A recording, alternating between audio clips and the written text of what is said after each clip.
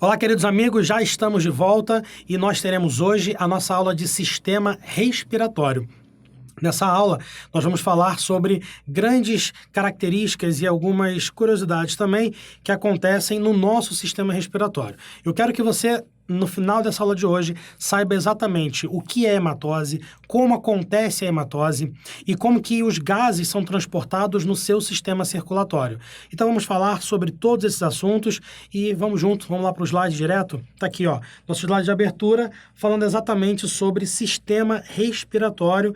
E aqui eu já coloco de cara uma diferença importante que a gente precisa saber. Qual é a diferença de respiração celular, que é um assunto que a gente vê e fala muito, para a respiração orgânica? O que seria respiração orgânica? Bom, pode voltar aqui para mim. Respiração celular é a respiração que a sua mitocôndria faz. Na real, é um processo metabólico que a sua célula faz com a ajuda da mitocôndria. Você faz lá um processo inicial chamado de glicólise, que é a quebra da glicose, uma quebra parcial da glicose. Depois essa quebra parcial, essa molécula que é formada, vai para dentro da mitocôndria, aí tem um negócio de um ciclo de Krebs, lembra disso? Tá lembrando? E aí depois a gente tem a quebra da glicose completa com a cadeia transportadora de elétrons e a fosforilação oxidativa. Enfim, matéria que a gente vai ver depois, tem muito nome sobre isso e é importante a beça para o nosso concurso, para o nosso certame. Mas não é isso que eu quero falar agora. Eu quero falar da respiração que eu botei ali na frente, no slide, chamada de respiração orgânica. A respiração orgânica é isso aqui, ó.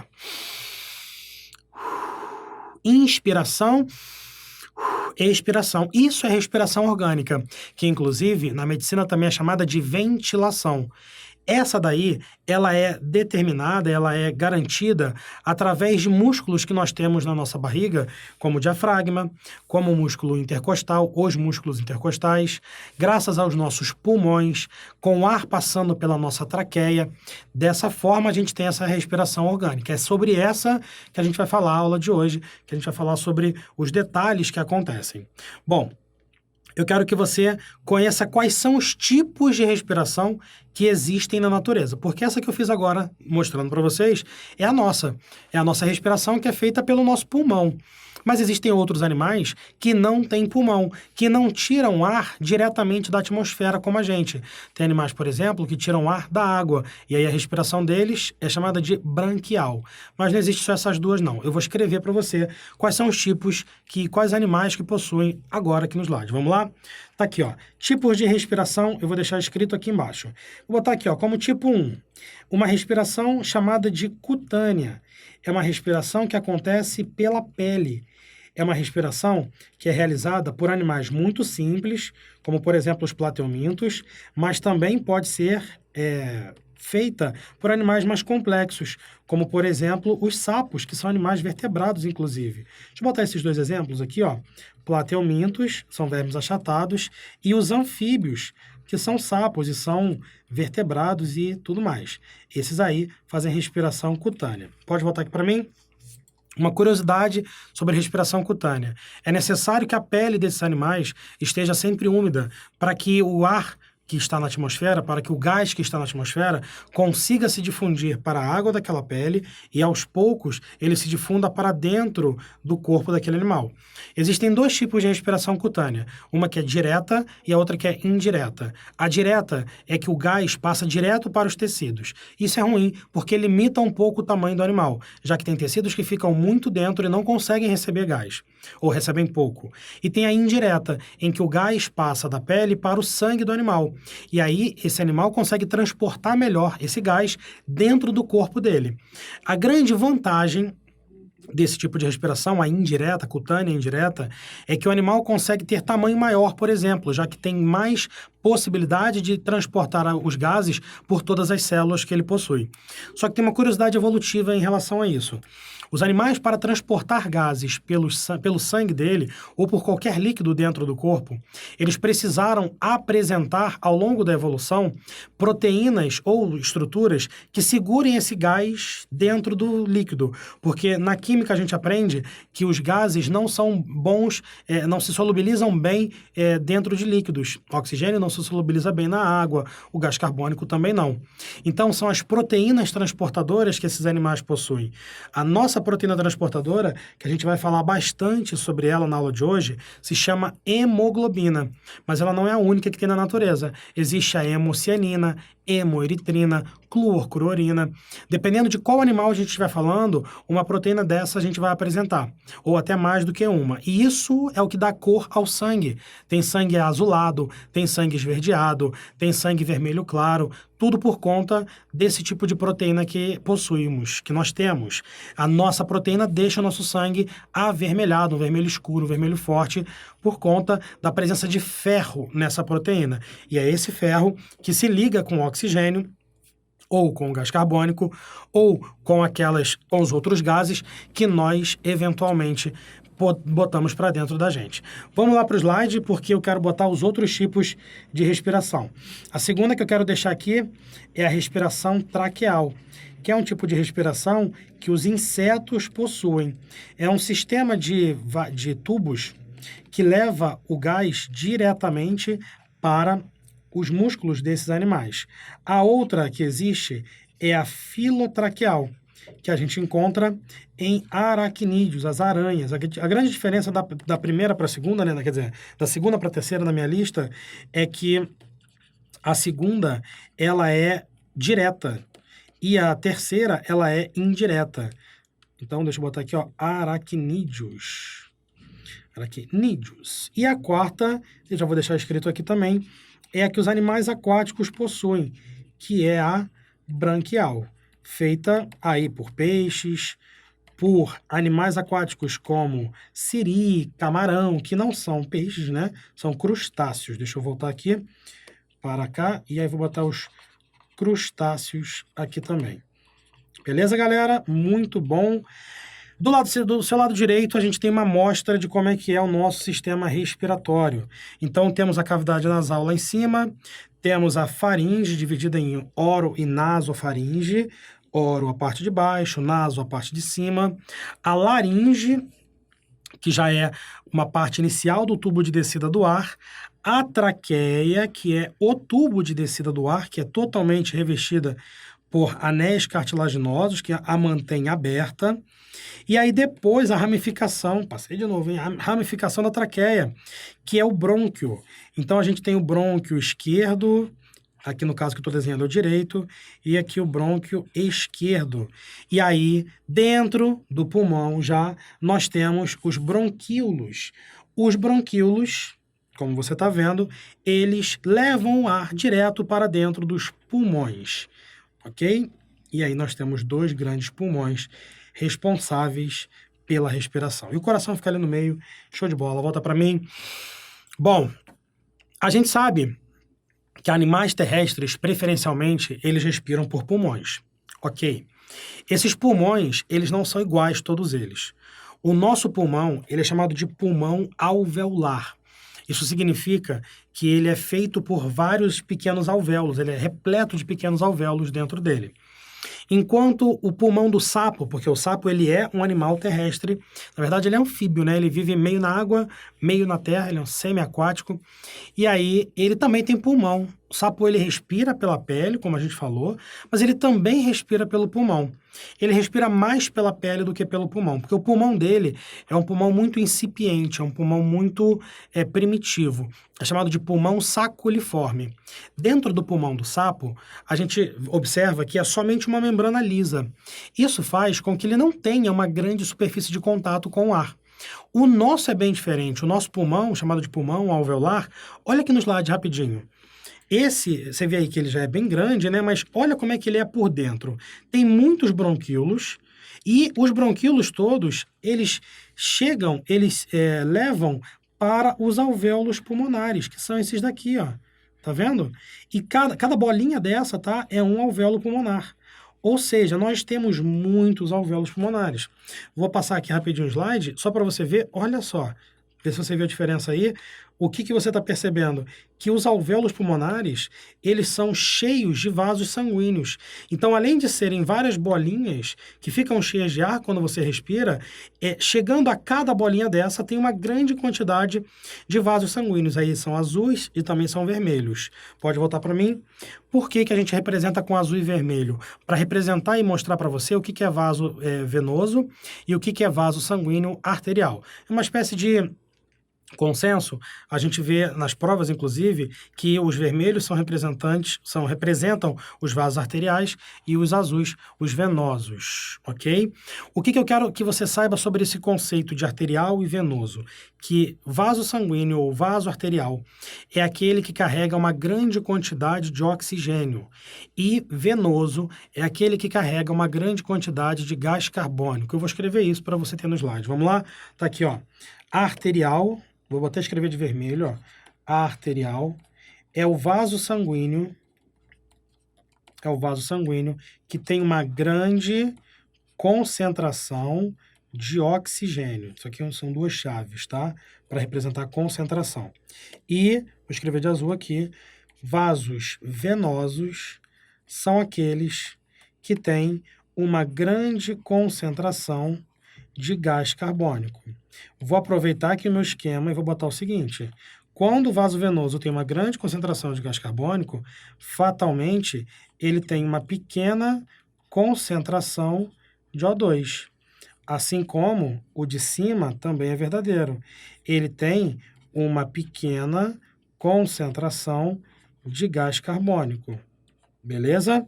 Isso são os vasos arteriais e os vasos venosos. Pode voltar para mim.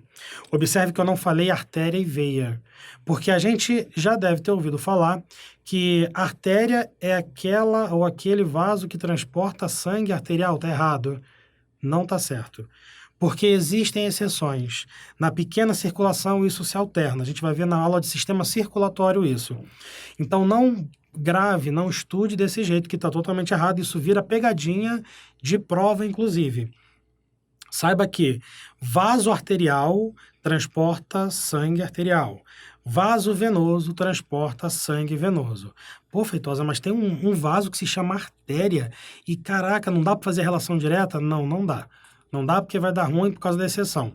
Então, a gente vai falar depois sobre artéria e veia, quem chega, quem sai do coração, que é a forma certa de você gravar isso. Tranquilo? Por enquanto, vamos ficar só com essa parte aí. E agora, a gente chega no conceito mais importante da aula de hoje. Vamos voltar para o slide, que é o seguinte, olha só. Na hora que você puxa o ar para dentro, o oxigênio, ele entra no seu pulmão, e essas bolinhas azuis que eu estou fazendo aqui representam o oxigênio chegando no seu alvéolo pulmonar. Essa parte que você está vendo onde eu estou botando as bolinhas azuis é a parte do saquinho, é a parte do alvéolo, beleza? Tem bastante oxigênio chegando aqui. E também tem oxigênio chegando aqui e tudo mais. O vaso sanguíneo que você está vendo aí no meio, ele está passando, né, por entre os alvéolos pulmonares. Para você não se perder no desenho, isso daqui, ó, é um alvéolo, olha só, vai vendo? Isso aqui é outro alvéolo. Vou até completar o desenho para ficar fácil de você entender. Ó, uma bolinha aqui, tá vendo? A outra bolinha aqui. Ó, isso aí são os alvéolos pulmonares. Olha aí, bacana. Show de bola, Feitosa, agora eu entendi o desenho. Então, os vasos, eles estão passando entre os alvéolos. Na hora que o oxigênio chega em grande quantidade no seu alvéolo, ele passa por, olha o nome que eu vou escrever aqui do lado, ele passa por difusão facilitada. A gente já teve aula sobre isso, hein? Difusão facilitada não, desculpa. Difusão simples. Difusão simples para dentro do seu sangue. É esse o transporte que está acontecendo aqui. Difusão simples. E o gás carbônico, que está mais concentrado dentro do seu sistema circulatório, ele vai passar... Deixa eu pegar uma outra cor para gás carbônico. Vou pegar o verde aqui, tá? Vamos pegar o roxo, que é a cor que está ali. Ele vai passar direto do seu sangue para dentro do seu alvéolo. E também será por difusão simples, a mesma coisa. Também será por difusão simples. Isso que está acontecendo aí agora, aqui no nosso slide, é chamado, vou botar o nome aqui em cima, tá, gente? De E eu vou colocar aqui 2 pontos para você tirar o print bacana. Significa a troca de gases. Troca de gases. Pode voltar para mim? Pode vir. Ó, troca de gases, seguinte, acontece em todos os animais. Como a gente viu até no sapo, na pele dele. Então, a hematose, vamos usar o nome correto agora. A hematose no sapo, ela acontece na pele. A hematose nos peixes acontece nas brânquias. Pegou a ideia do nome? Por que eu estou focando nesse nome? Porque ele vai ser cobrado para você na sua prova, com certeza. Vamos colocar esse nome lá, hematose, e você vai ficar na dúvida do que significa isso. Hemato significa sangue. E aí, o hematose é a troca de gases pelo sangue. Ok? Bom, eu falei de difusão simples, né? Só para a gente relembrar esse assunto, difusão simples é quando uma molécula muito pequena consegue atravessar as membranas das células e passar de um meio para o outro.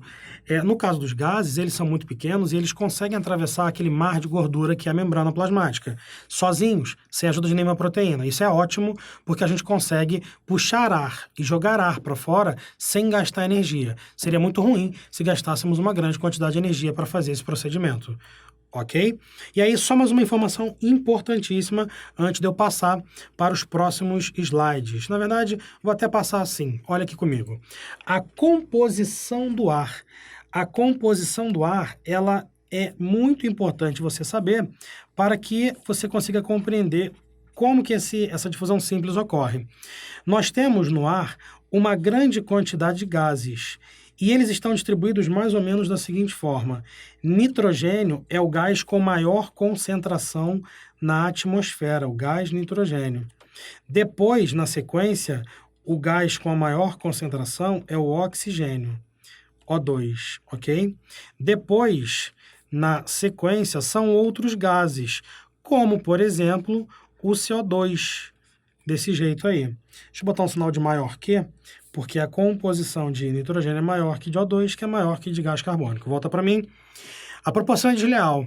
70 e tantos por cento, vamos ficar aqui com 70 para fechar um valor fixo, 70%, 75% de gases da atmosfera, dos gases que tem na atmosfera são de nitrogênio.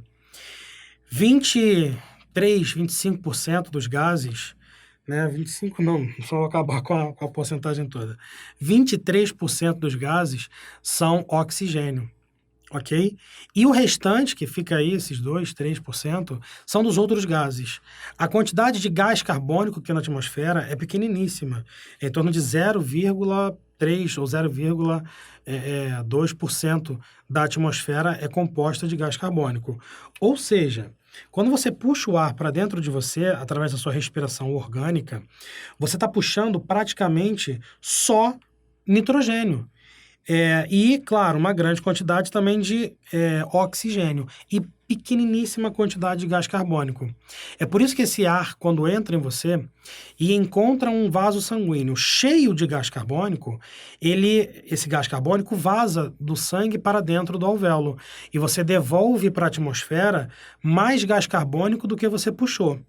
Beleza? Por isso que em ecologia, com o professor Rafael Reis, você está estudando, já deve ter estudado, que nós, seres humanos, liberamos gás carbônico durante o nosso processo de respiração.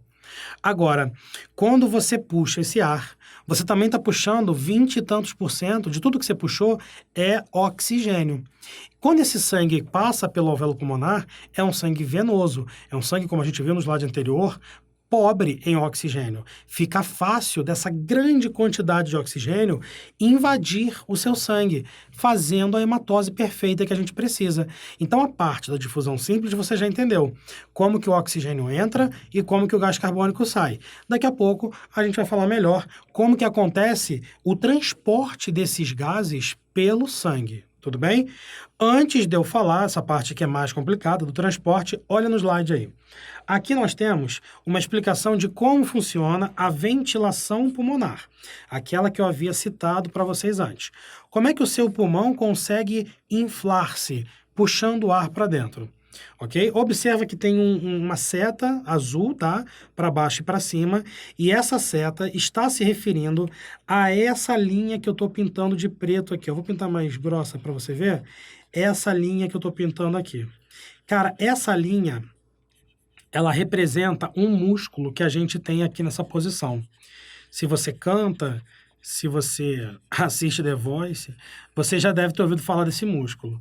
Esse músculo se chama diafragma, ok? Diafragma. Esse músculo está sendo representado por aquela linha que está curva ali naquele local. Existem outros músculos que não estão sendo representados aqui, que se encontram aqui onde eu estou pintando de preto, olha. Entre as costelas, são os músculos intercostais, tá? Estou pintando aqui alguns, só para poder puxar aqui uma setinha e deixar escrito o nome deles, que também tem uma certa relevância nesse momento. Intercostais. Costais. Estão entre suas costelas. Deu vontade de comer costela hoje. Volta para mim. Comentáriozinho, nada mais, enfim. Só para dar uma descontraída. O que acontece? O seu diafragma... Os veganos me matam nessa hora, né, gente? Pelo amor de Deus, é porque eu tô fazendo dieta, eu tô com fome. Enfim, o que acontece? O diafragma, ele é um músculo que quando ele está relaxado, ele fica para cima, como você viu no começo do slide. Quando ele se contrai, ele abaixa desse jeito. Então, ele está relaxado e ele abaixa. Vou fazer aqui na minha barriga, tá? Olha só. Ele está relaxado e ele abaixa quando está contraído. Show? Me ajuda agora, vamos interagir aqui eu e você. Se eu perguntar para você, como você respira? Se tivesse uma prova, escrito lá, como acontece a respiração? Se você já sabe essa matéria, você vai responder direitinho. Mas uma pessoa leiga, normalmente ela fala assim, eu respiro pelo nariz, pô. Não é isso? Não é pelo nariz que a gente respira? Aqui, ó. Puxei o ar pelo nariz. Posso até perguntar mais específico para chegar na resposta que eu quero. Por onde você puxa o ar? Pergunta a você. Uma pessoa leiga vai responder na hora. Eu puxo o ar pelo nariz. Mas não. Ninguém puxa o ar pelo nariz. Ninguém. O nariz é um buraco. Tem o seu rosto e tem 2 buracos aqui. Na real é um buraco só, mas enfim, a gente tem 2 narinas. O nariz não puxa nada. O nariz é um pedaço de carne aqui, ó, que botaram aqui na nossa cabeça, na nossa cara, só para poder deixar bonitinho e dar uma limpada no ar que passa. Ele não puxa. Pensa só na filosofia disso. O nariz não tem nada nele que faça ele puxar o ar. Não. Quem puxa o ar é o seu diafragma. O seu diafragma, quando ele abaixa, ele faz o ar que está aqui fora conseguir entrar em você. É um conceito físico isso agora. A pressão atmosférica aqui fora é muito maior do que a pressão que você tem dentro do seu pulmão. Naturalmente, você seria o tempo inteiro invadido pelo ar, se não houvesse uma pressão contrária. O diafragma e o seu pulmão fechado, eles fazem uma pressão para não deixar o ar invadir você. Quando o seu diafragma desce, de acordo com a sua vontade, digamos assim, você deixa ser invadido. Filosófico, isso não é poético. Você se deixa ser invadido pelo ar. E aí, quando você respira, faz um... Isso é uma permissão que você está dando para a atmosfera invadir você, graças à descida do seu diafragma. Pegou a ideia? Então, quem respira ou quem promove a ventilação, inicialmente é o seu diafragma e os seus músculos intercostais. Eles abrem o espaço da sua caixa torácica, permitindo que o seu pulmão infle e se encha de gás. Depois que você está cheio de gás, o seu diafragma ele contrai, ele relaxa e aí ele empurra o pulmão para cima, diminuindo o tamanho da sua caixa torácica. O ar sai de você. Tranquilo, gente, até aí? Sem problemas com isso?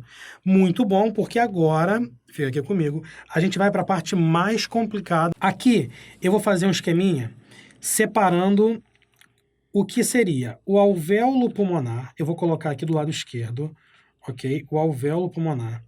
Vou botar aqui uma barreira dividindo, como se fossem as células do alvéolo, ok? Vou colocar aqui no meio o sangue, representando o vaso sanguíneo. Fazer uma outra barreira aqui, representando uma divisão dele com o tecido sanguíneo. Eu quero que você saiba o seguinte.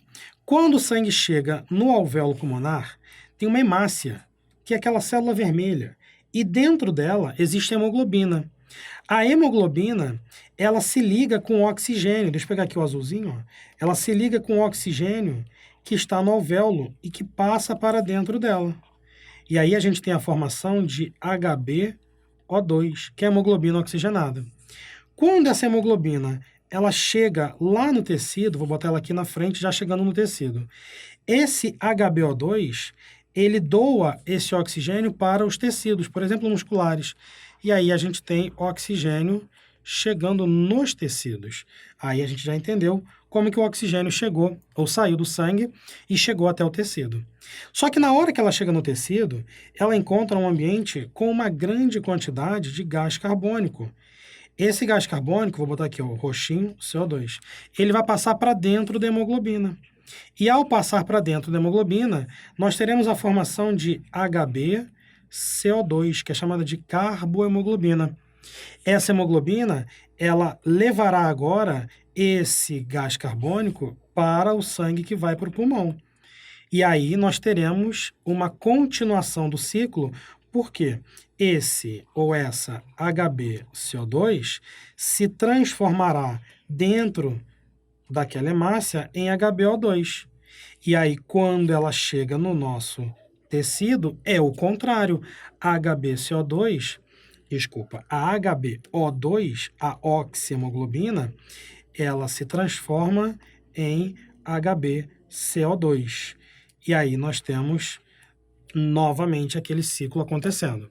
Então, volta aqui para mim, para você entender bem isso. Quando a hemácia passa no seu pulmão, a hemoglobina que está dentro dela, é uma proteína, ela deixa o gás carbônico e pega o oxigênio, como se fosse um táxi, ou um Uber, vai, para atender todo mundo.